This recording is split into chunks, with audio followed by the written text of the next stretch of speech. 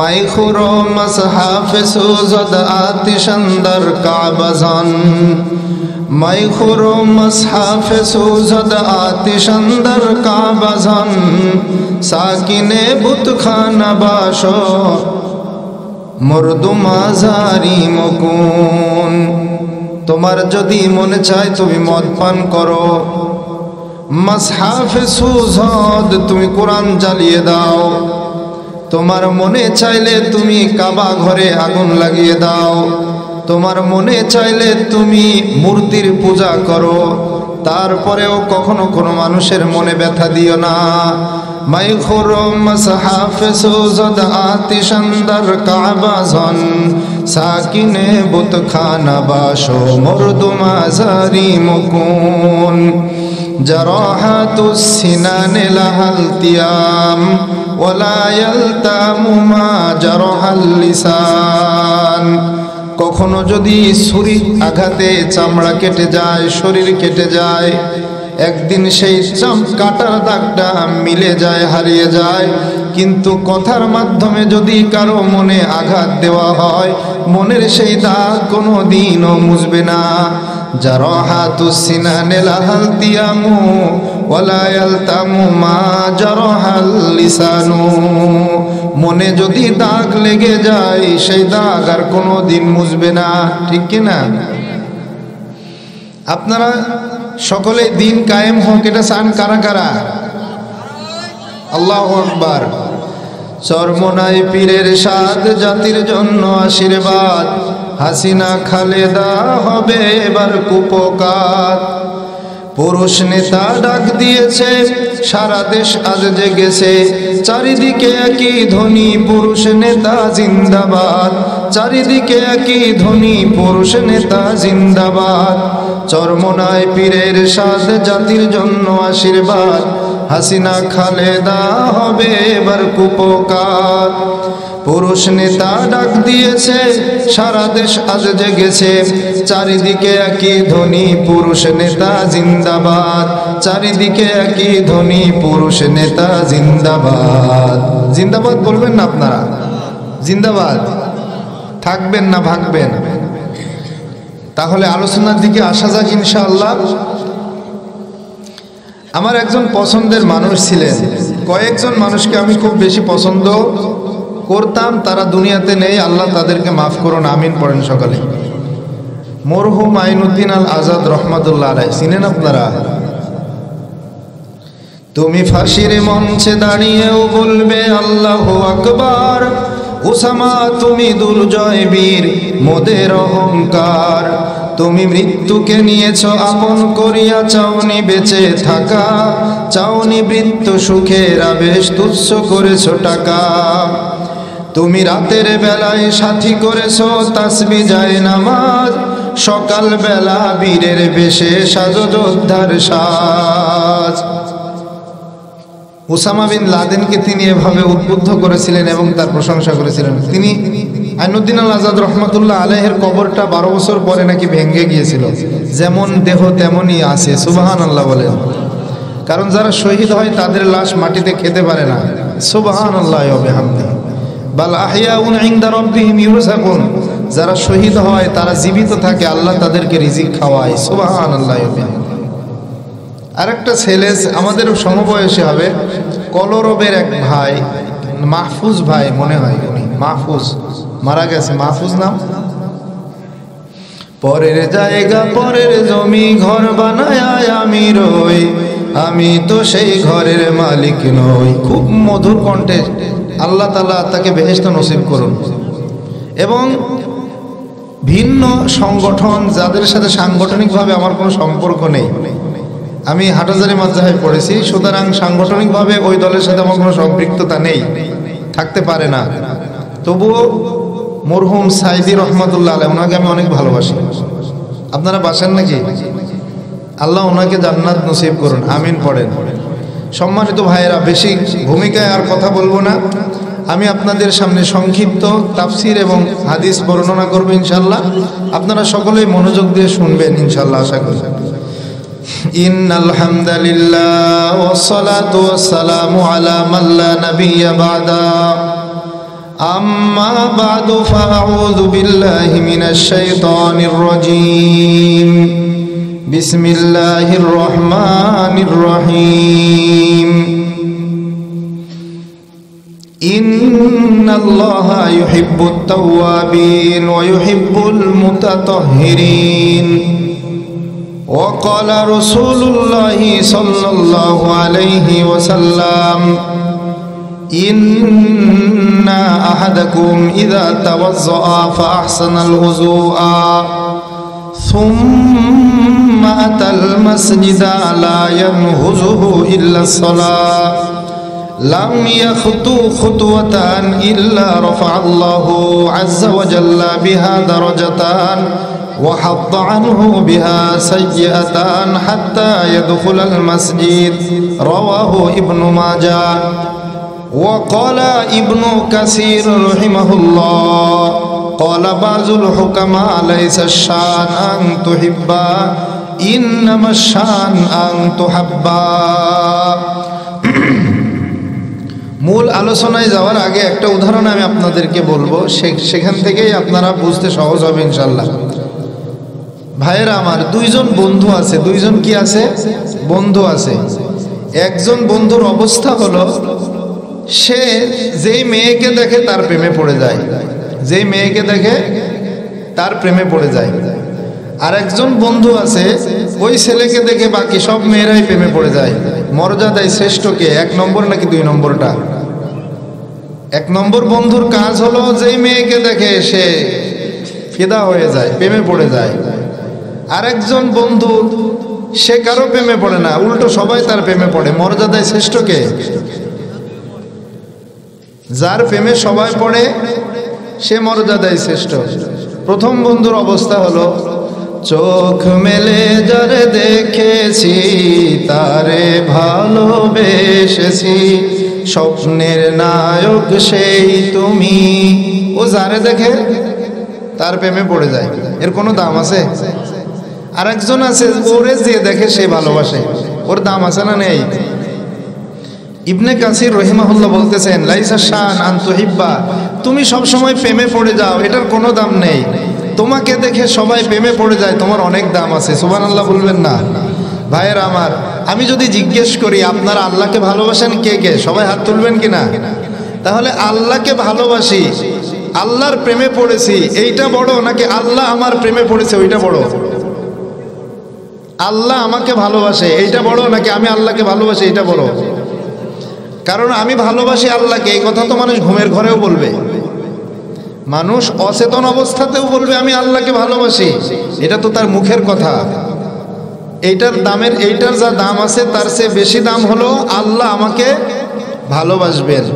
আল্লাহ আমাকে কখন ভালোবাসবে দেখেন, আল্লাহ বলেন সূরা বাকারা 222 নম্বর আয়াত, ইন্নাল্লাহা ইউহিব্বুত তাওয়াবিন ওয়া ইউহিব্বুল মুতাতাহহিরিন। আল্লাহ দুই শ্রেণীর মানুষকে ভালোবাসে। এক নম্বরে যারা তওবাকারীদেরকে আল্লাহ ভালোবাসেন, এবং যারা পবিত্র পরিচ্ছন্ন থাকে আল্লাহ তাদেরকে ভালোবাসে। আল্লাহকে আমি ভালোবাসি, এটা যতটা দামি তার চেয়ে বেশি দামি আল্লাহ আমাকে ভালোবাসে। ঠিক কিনা? আল্লাহ আমাকে কখন ভালোবাসে? যখন আমি তওবাকারী। ইন্নাল্লাহা ইউহিব্বুত তাওয়াবিন, আল্লাহ তাদেরকে ভালোবাসে যারা তওবাকারী, যারা পবিত্র এবং পরিচ্ছন্ন থাকে। তাহলে আল্লাহ আমাকে ভালোবাসবে যখন আমি তওবাকারী হয়ে যাব। আল্লাহ আমাকে ভালোবাসবে যখন আমি পবিত্র এবং পরিচ্ছন্ন থাকব। পড়েন সুবহানাল্লাহ। সূরা তওবার 108 নম্বর আয়াতে আল্লাহ বলেন, ফীহি রিজালুন ইউহিব্বুনা ইয়াতাতাহহারু ওয়াল্লাহু ইউহিব্বুল মুত্তাহহিরিন। মসজিদে কুবার মহল্লাবাসী, মসজিদে কুবার মানুষগুলো তারা পবিত্র পরিচ্ছন্ন থাকতে ভালোবাসে। আর যারা পবিত্র এবং পরিচ্ছন্ন থাকতে ভালোবাসে আল্লাহ তাদেরকে ভালোবাসে। পড়েন সুবহানাল্লাহ। তাহলে আল্লাহ আমাকে ভালোবাসবেন যখন আমি পবিত্র থাকব, যখন আমি পরিচ্ছন্ন থাকব, আল্লাহ তখন আমাকে ভালোবাসবেন। এজন্য আমাদেরকে পবিত্র এবং পরিচ্ছন্ন থাকতে হবে সর্বক্ষণ। রাজি আছেন ইনশাআল্লাহ? ভাইরা আমার, পবিত্র থাকার মাধ্যম তিনটি মাধ্যম অবলম্বন করে মানুষ পবিত্র থাকতে পারে। কয়টা? 1 নম্বরে ওযু, 2 নম্বরে গোসল, 3 নম্বরে তায়াম্মুম। এই 3টা কাজ করার মাধ্যমে মানুষ পবিত্রতা অর্জন করে এবং পবিত্র থাকতে পারে। আমি একটা পয়েন্টে কথা বলবো, সেটা হলো ওযু। সেটা কি ভাই? ওযুর মাধ্যমে মানুষ পবিত্র থাকে এবং পরিচ্ছন্ন থাকে। এই ওযু ছাড়া কোনো মানুষ যদি নামাজ পড়ে তার নামাজ কবুল হবে? নামাজ বেহেশতের চাবি। নামাজ কি ভাই? বেহেশতের চাবি। তিরমিজি, সুনানুত তিরমিজি 4 নম্বর হাদিস, রাসূল বলেন, আন জাবির ইবনে আব্দুল্লাহ রাদিয়াল্লাহু তাআলা আনহু قال قال رسول الله صلى الله عليه وسلم مفتاح الجنة الصلاة ومفتاح الصلاة الطهور। রাসূল বলেছেন বেহেশতের চাবি হলো নামাজ, আর নামাজের চাবি হলো পবিত্রতা। পড়েন সুবহানাল্লাহ। চাবি ছাড়া যেমন তালা খোলে না, নামাজ ছাড়া বেহেশতের দরজাও খুলবে না। পড়েন সুবহানাল্লাহ। নামাজ যার নাই তার বেহেশত আছে নাকি ভাই? যার নামাজ নেই তার বেহেশত কপালে নেই। আর এই নামাজ যদি কেউ ওযু ছাড়া পড়ে তার নামাজ হবে নাকি? সুনানুত তিরমিজি 1 নম্বর হাদিস, রাসূল বলেন, আন ইবনে উমর রাদিয়াল্লাহু তাআলা আনহুমা قال قال رسول الله صلى الله عليه وسلم لا تقبل صلاة بغير طهور ولا صدقة من غلول। রাসূল বলেছেন ওযুবিহীন নামাজ আদায় করলে ওই নামাজ আল্লাহর দরবারে কবুল হয় না, এবং কবুল হয় না অবৈধ সম্পদের দান সদকা। সুদের টাকা দান করলে কোনো সওয়াব আছে নাকি? ঘুষের টাকা দিয়ে দান করলে কোনো সওয়াব হবে? এ ঘোষণা করেছেন রাসূলুল্লাহ নিজে। সুবহানাল্লাহ পড়েন। রাসূল বলেছেন কেউ যদি ওযু ছাড়া নামাজ পড়ে তার নামাজ কবুল হবে না। কেউ যদি অবৈধ সম্পদ দিয়ে দান করে, দানের কোনো সওয়াব হবে না, দান কবুল হবে না। ইমাম গাজ্জালী রহিমাহুল্লাহ বলেছেন অবৈধ সম্পদ দিয়ে দান করে সওয়াবের আশা করা, পেশাব দিয়ে কোনো অপবিত্র কাপড় পরিষ্কার করে পবিত্র করার চেষ্টা করা সমান কথা। নাউজুবিল্লাহ। পেশাব দিয়ে ধুয়ে যেমন কোনো অপবিত্র কাপড় পবিত্র হয় না, ঠিক তেমনিভাবে অবৈধ সম্পদের দানের বিনিময়ে কোনো সওয়াবও পাওয়া যায় না। এজন্য দান করবেন পবিত্র সম্পদ দিয়ে, বৈধ সম্পদ দিয়ে। পারবেন তো ইনশাআল্লাহ? ভাইরা আমার, ওযু ছাড়া নামাজ হবে না। ওযু করলে আমাদের লাভ না লস? ওযু করলে আমাদের লাভ আছে না নেই? কি লাভ আছে দেখেন। রাসূলুল্লাহ সাল্লাল্লাহু আলাইহি ওয়াসাল্লাম বলেন, তিরমিজি 2 নম্বর হাদিস, ওযু করলে কি লাভ হবে? আল্লাহ গুনাহ মাফ করে দিবেন। আমাদের গুনাহ আল্লাহ কি করবেন? মাফ করে দিবেন। আন আবি হুরায়রা রাদিয়াল্লাহু তাআলা আনহু قال قال رسول الله صلى الله عليه وسلم إذا توضأ العبد المسلم أبي المؤمن। রাসূল বলেছেন যখন কোন ঈমানদার মুসলমান ওযু করে, ফাগসালা ওয়াজহাহু খরাজাত মিন ওয়াজহিহি কুল্লু খাতিয়াতিন নাযারা ইলাইহা বিআইনাইহি মা'আল মা আও মা'a আখিরি কতরিল মা। ওযু করার সময় যখন সে মুখমণ্ডল ধৌত করে, তখন ওযুর পানির সাথে অথবা ওযুর পানির শেষ ফোঁটার সাথে ওই সমস্ত গুনাহগুলো বেরিয়ে চলে যায় যেগুলো তার 2 চোখে করেছে। ওয়াইদা গসালা ইয়াদাইহি খরাজাত মিন ইয়াদাইহি কুল্লু খাতিয়াতিন বাতাশাতহা ইয়াদাহু মা'আল মা আও মা'a আখিরি কতরিল মা। এবং যখন সে তার 2 হাত ধৌত করে, তখন ওযুর পানির সাথে অথবা ওযুর পানির শেষ ফোঁটার সাথে ওই সমস্ত গুনাহগুলো বের হয়ে চলে যায় যেগুলো সে তার 2 হাত দিয়ে করেছে।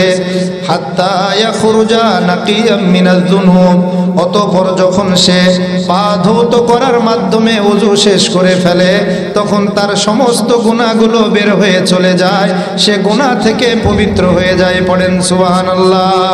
ওযু করলে লাভ আছে না নেই? ওযু করলে লাভ আছে না নেই? শীতকালে ওযু করতে কষ্ট লাগে কি লাগে না? আল্লাহ বলে বান্দা তোমার কষ্ট আমি ফিরি ফিরি নেই না। তুমি কষ্ট করে ওযু করেছো, আমি আল্লাহ তোমাকে গুনাহ থেকে পবিত্র বানিয়ে দিয়েছি। সুবহানাল্লাহ। ইদা সাকানাল গদিরু আলা সাফাইন, ইদা সাকানাল গদিরু আলা সাফাইন।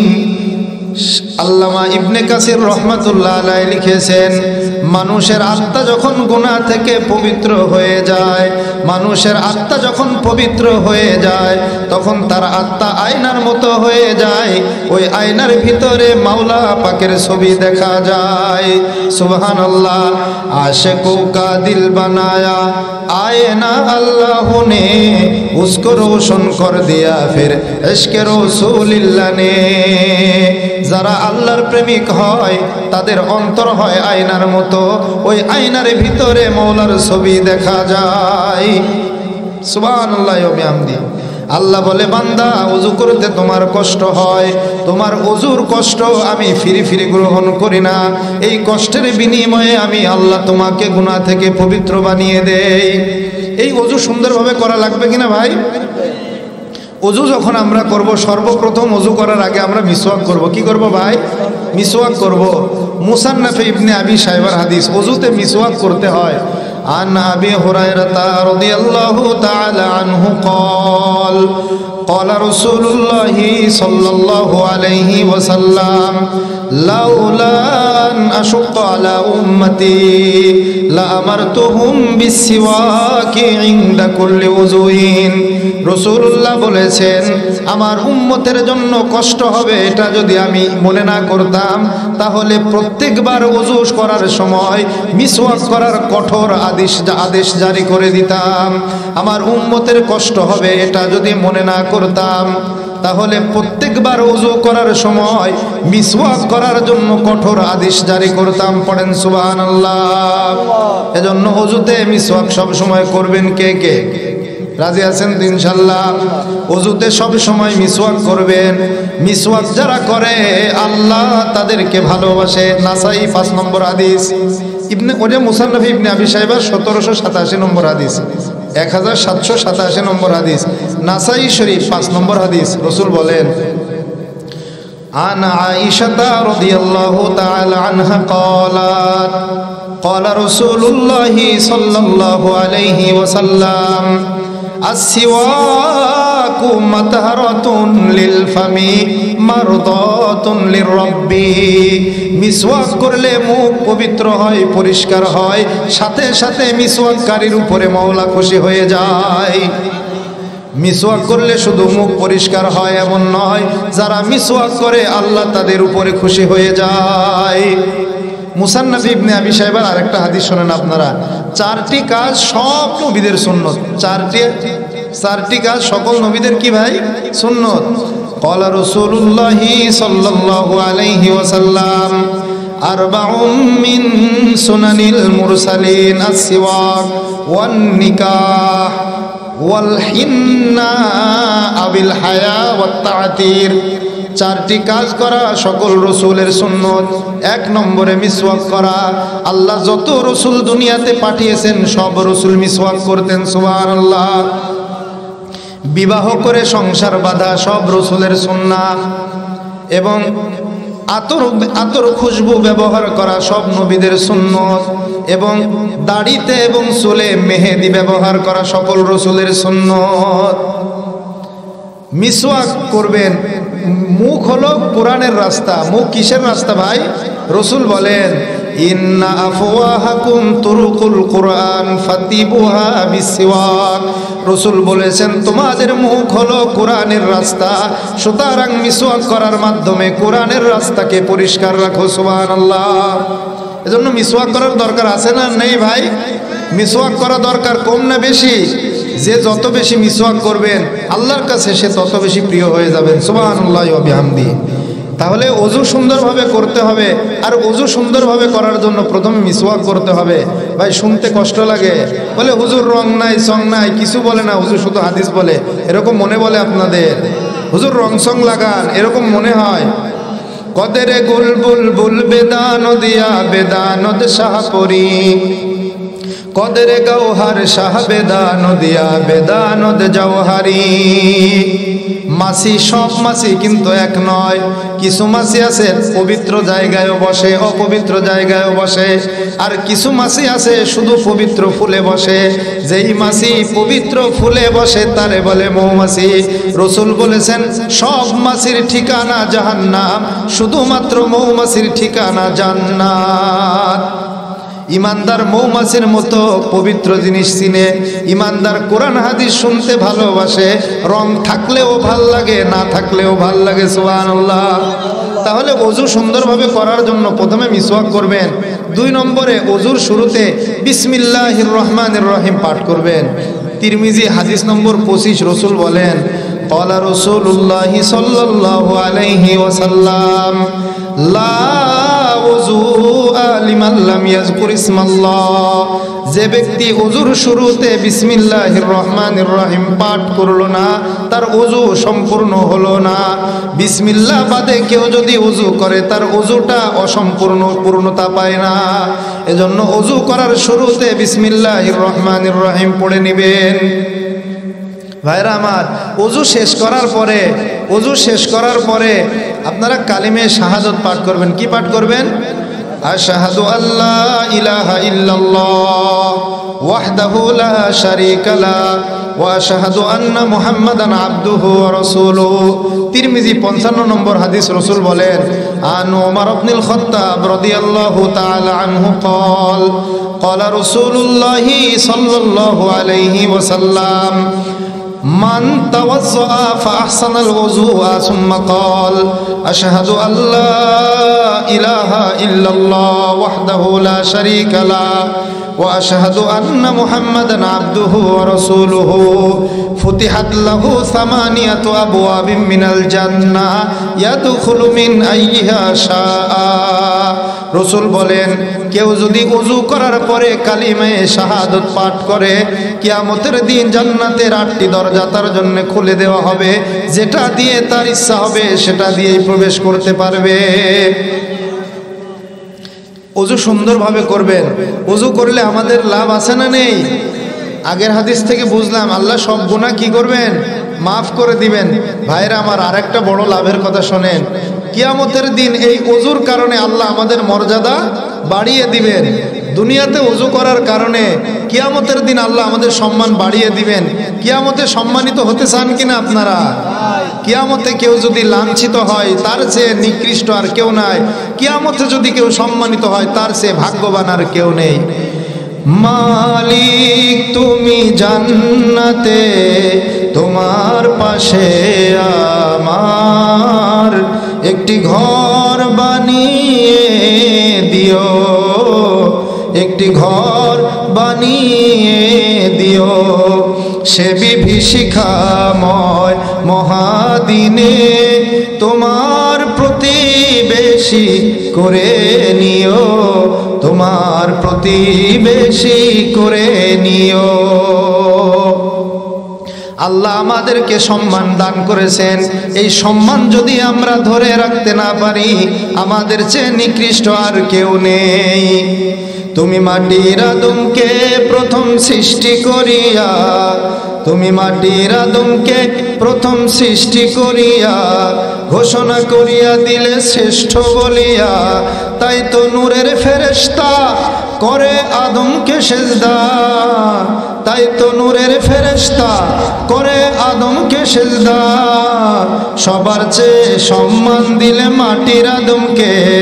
আল্লাহু আল্লাহু তুমি জাল্লে জালালু, শেষ করা তো যায় না গে তোমার গুণগান।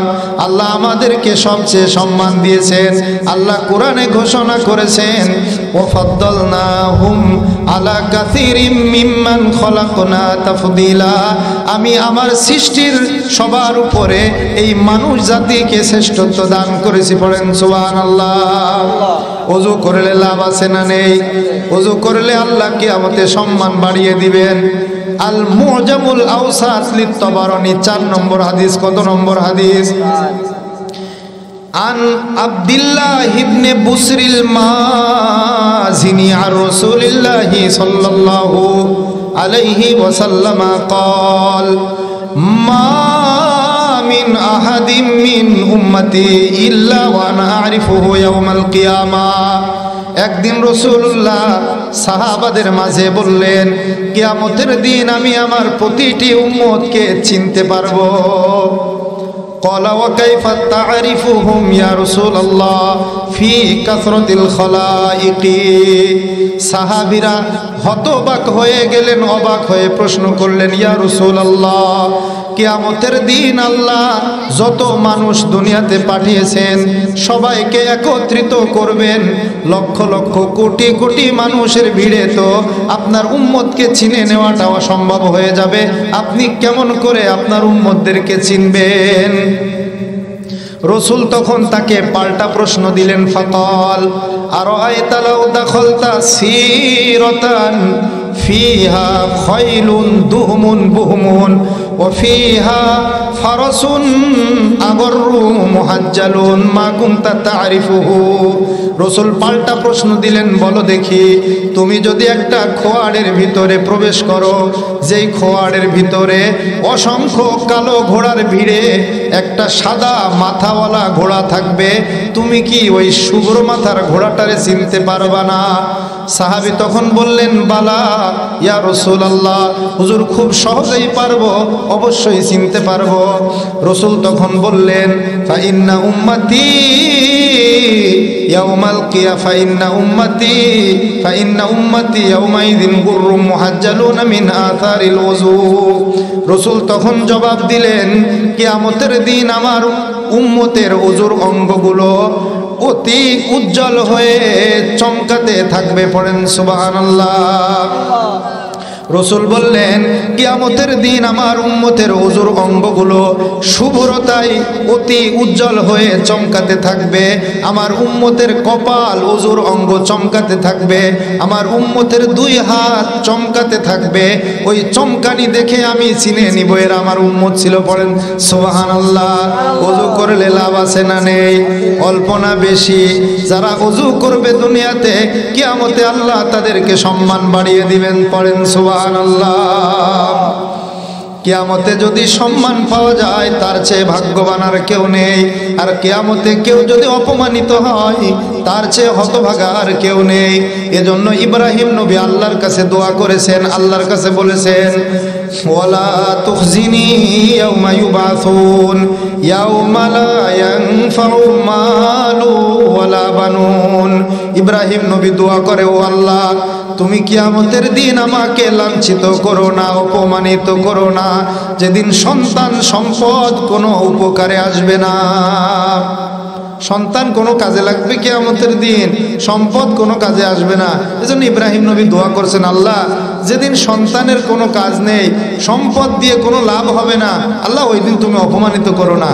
তাহলে কিয়ামতে অপমানিত হলে অনেক ক্ষতি, এজন্য তিনি দোয়া করেছেন, আল্লাহ অপমান করো না।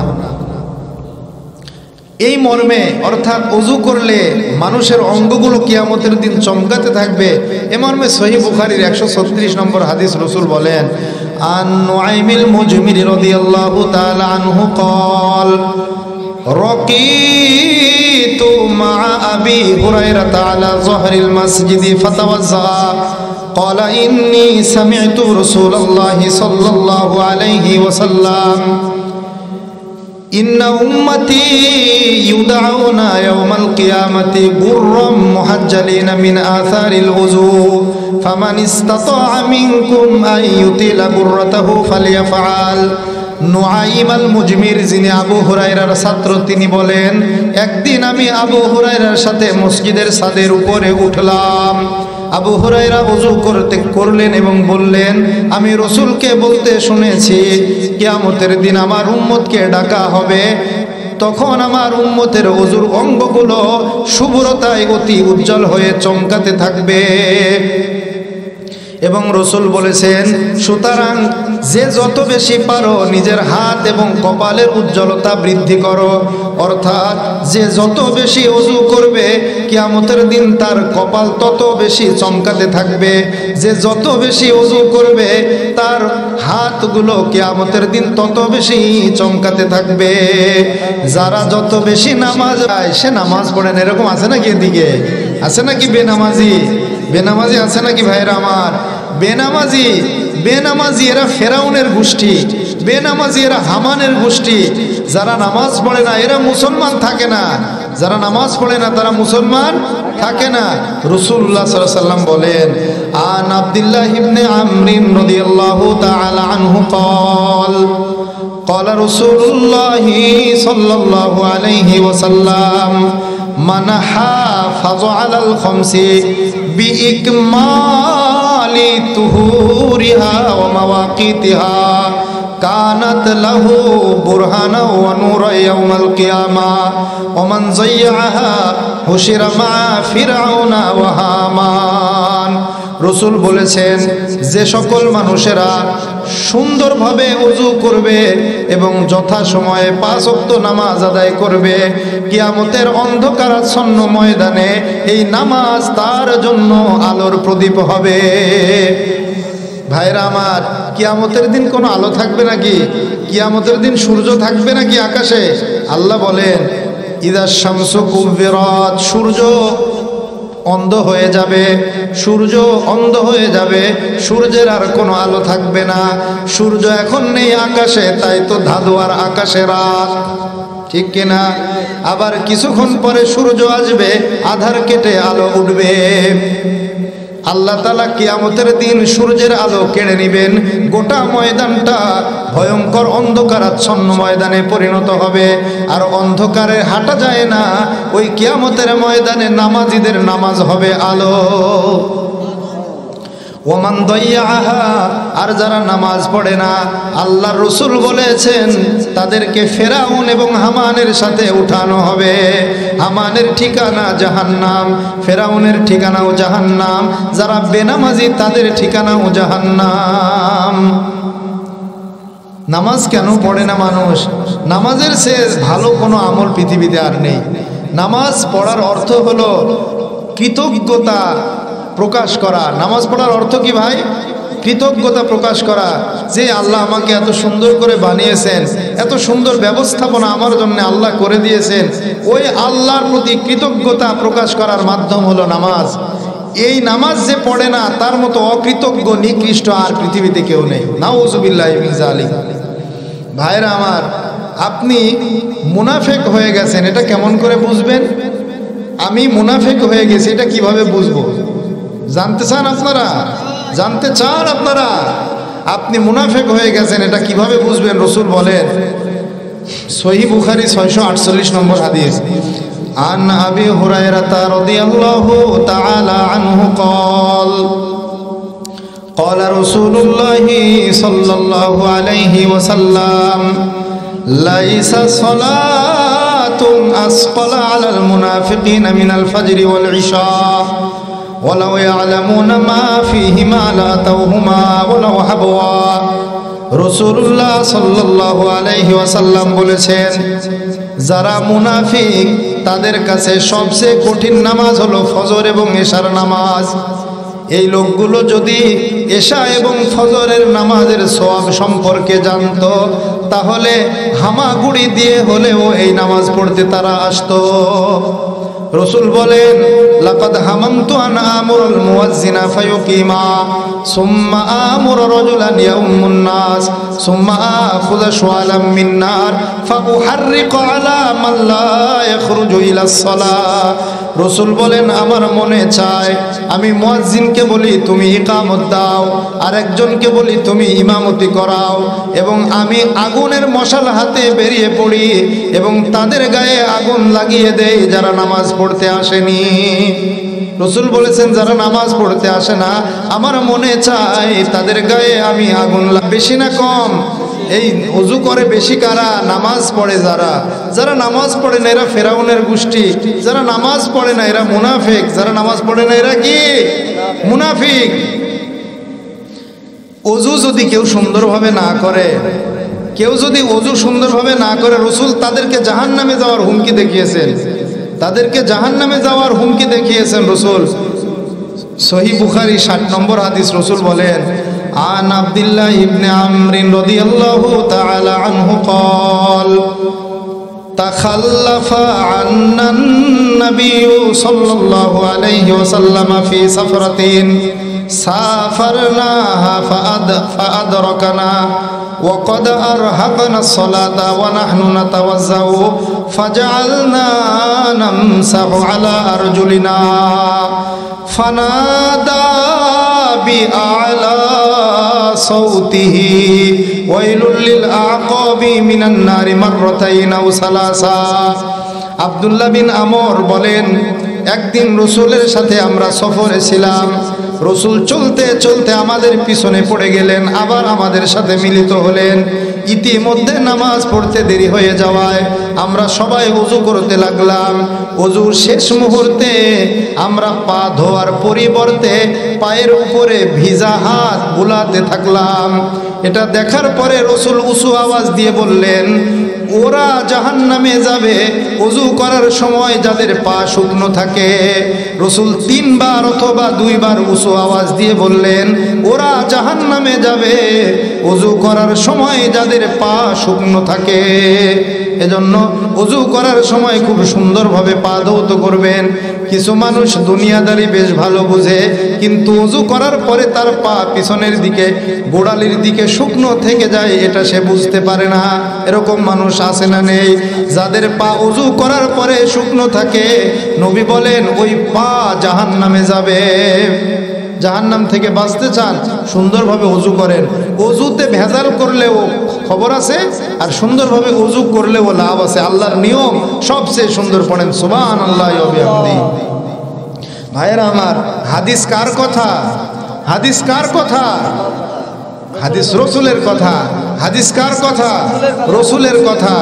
রসুলকে যারা ভালোবাসে হাদিস শুনতে তারা ভালোবাসে, রসুলকে যারা ভালোবাসতে পারে নাই হাদিস তারা শুনতে চায় না। ঠিক কিনা ভাইরা?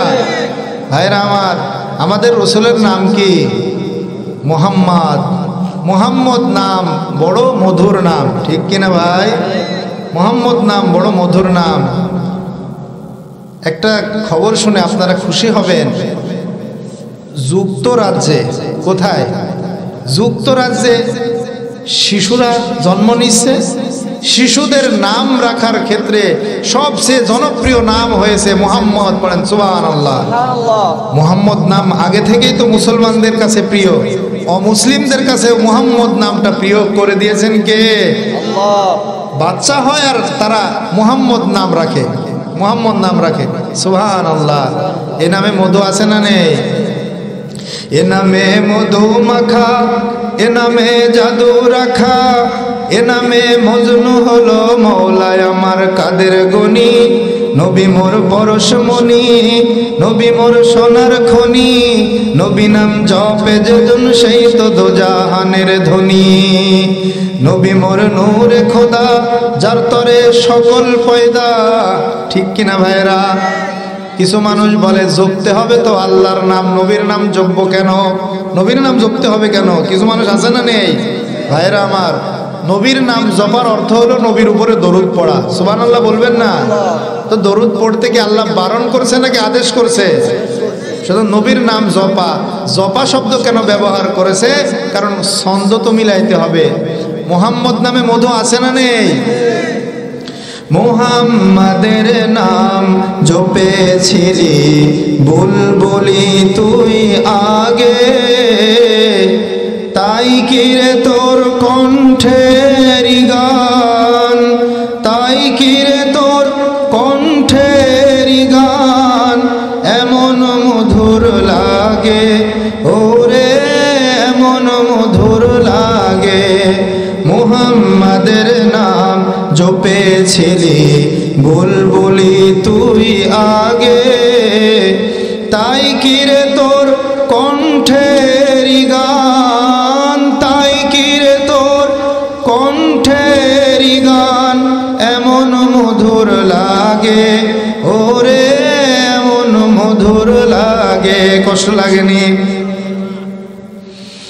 ওরে গোলাপ নিরিবিলি নবীর কদম ছুঁয়েছিলি, ওরে গোলাপ নিরিবিলি নবীর কদম ছুঁয়েছিলি, সেই কদমের খুশবু আজ, সেই কদমের খুশবু আজ তোরা তোরে জাগে, ওরে তোরা তোরে জাগে। মোর নবীর লুকিয়ে রেখে তার পেশানির জ্যোতি মেখে, ওরে ও চাঁদ রাঙলি কি তুই গভীর অনুরাগে, ওরে গভীর অনুরাগে। মুহাম্মাদের নাম জপেছিলি বুলবুলি তুই আগে, তাই কিরে তোর কণ্ঠের গান এমন মধুর লাগে, ওরে এমন মধুর লাগে। ওরে ভ্রমর তুই কি প্রথম, ওরে ভ্রমর তুই কি প্রথম চুমেছিলি নবীর কদম, গুনগুনিয়ে সেই খুশি কি জানাস রে গুলবাগে, ওরে জানাস রে গুলবাগে। পড়েন সাল্লাল্লাহু আলাইহি ওয়াসাল্লাম। নবীর নাম শুনলে পড়তে হবে সাল্লাল্লাহু আলাইহি ওয়াসাল্লাম। নবীর নাম শুনে কেউ যদি সাল্লাল্লাহু আলাইহি ওয়াসাল্লাম বলে, সাথে সাথে আল্লাহ তার উপরে 10টি রহমত নাজিল করে দেয়। আবু দাউদ শরীফের 1530 নম্বর হাদিস রাসূল বলেন, মান সাল্লা আলাইয়া ওয়াহিদাতান সাল্লাল্লাহু আলাইহি আশরা, কেউ যদি আমার উপরে একবার দরুদ পড়ে আল্লাহ তার উপরে 10টি রহমত নাজিল করে দেয়। ভাইরা আমার, আলোচনায় ছিলাম কোথায়? ওযুর ব্যাপারে। ওযু করলে লাভ আছে না নেই? আল্লাহ আমাদের সব গুনাহ মাফ করে দিবেন, পড়েন সুবহানাল্লাহ। ভাইরা আমার, ওযু করতে হয় নামাজ শুদ্ধ করার জন্যে, পবিত্র থাকার জন্যে। পবিত্র থাকলেও আল্লাহ খুশি হয়, নামাজ আদায় করলেও আল্লাহ খুশি হয়। নামাজ পড়লে আল্লাহ আমাদের সব গুনাহ খাতা কি করে দিবেন? মাফ করে দিবেন। এর আগে কি পড়লাম হাদিস থেকে? ওযু করলেও আল্লাহ কি করে দেয়? গুনাহ মাফ করে দেয়। হাদিসে আবার নামাজ পড়লে আল্লাহ তাআলা কি করে দেয়? গুনাহ মাফ করে দেয়। আরাআইতুম লাউ আন্না নাহরান বিবাবি আহাদিকুম ইয়াগতাসিলু ফীহি কুল্লা ইয়াউমিন খামসা হাল ইয়াবকা মিন দারনিহি শাই, ক্বালু লা ইয়াবকা মিন দারনিহি শাই, ক্বালা ফাযালিকা মাসালুস সালাওয়াতিল খামসি ইয়ামহুল্লাহু বিহিন্নাল খাতায়া। একদিন নবীজি সাহাবাদেরকে বললেন, তোমরা আমাকে বলো, একজন মানুষের বাড়ির সামনে যদি একটা নদী প্রবাহিত থাকে আর ওই ব্যক্তি যদি প্রতিদিন 5 বার সুন্দরভাবে গোসল করে, তার দেহে কি কোনো ময়লা অবশিষ্ট থাকবে নাকি? সাহাবীরা বললেন, কোনো প্রকার ময়লা থাকবে না। নবী তখন বললেন, 5 ওয়াক্ত নামাজের উদাহরণ হলো 5 বার গোসল করার মতো। 5 বার গোসল করলে যেমন কোনো ময়লা শরীরে থাকে না, ঠিক তেমনি ভাবে 5 বার নামাজ পড়লে কলিজায় আর কোনো গুনাহের দাগ থাকে না। সুবহানাল্লাহ পড়েন। এখন একটা প্রশ্নের উত্তর দিয়ে মুনাজাত করা যাক, ঠিক আছে তো ভাই? ইনশাল্লাহ। কষ্ট লাগে আপনাদের? কষ্ট লাগে? বলে হুজুর ওযু করলাম গুনাহ মাফ হয়েছে, গুনাহ মাফ হওয়াই তো মূল, গুনাহ মাফ হওয়া কি মূল? তো ওযু করেই তো গুনাহ মাফ পেয়ে গেলাম, আর নামাজ পড়ার কি দরকার কষ্ট করে?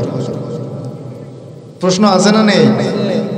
ভাইরা আমার, অতি চালাকের গলায় দড়ি। চিন্তা সঠিকভাবে করতে শিখুন। মনে করেন আপনি ভাত রান্না করবেন। কি রান্না করবেন? ভাত।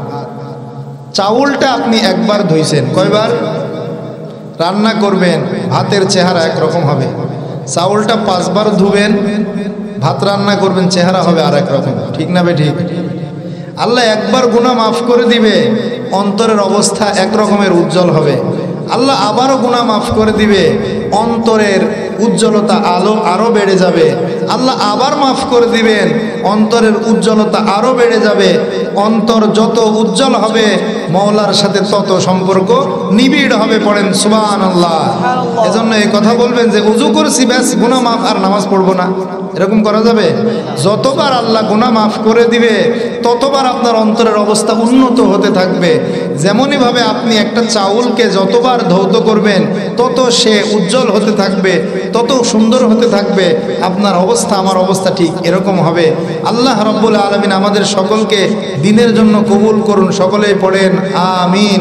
আনফুসানা ওয়া ইল্লাম তাগফির লানা ওয়া তারহামনা وترحمنا لنكونن من الخاسرين رب ارحمهما كما ربياني صغيرا রব্বুল আলামিন গভীর রজনীতে আল্লাহ গুনার বোঝা মাথায় নিয়ে তোমার শাহী দরবারে হাত তুলেছি গো মাওলা, তুমি আমাদের তাম জিন্দেগির গুনাহ খাতা মাফ করে দাও।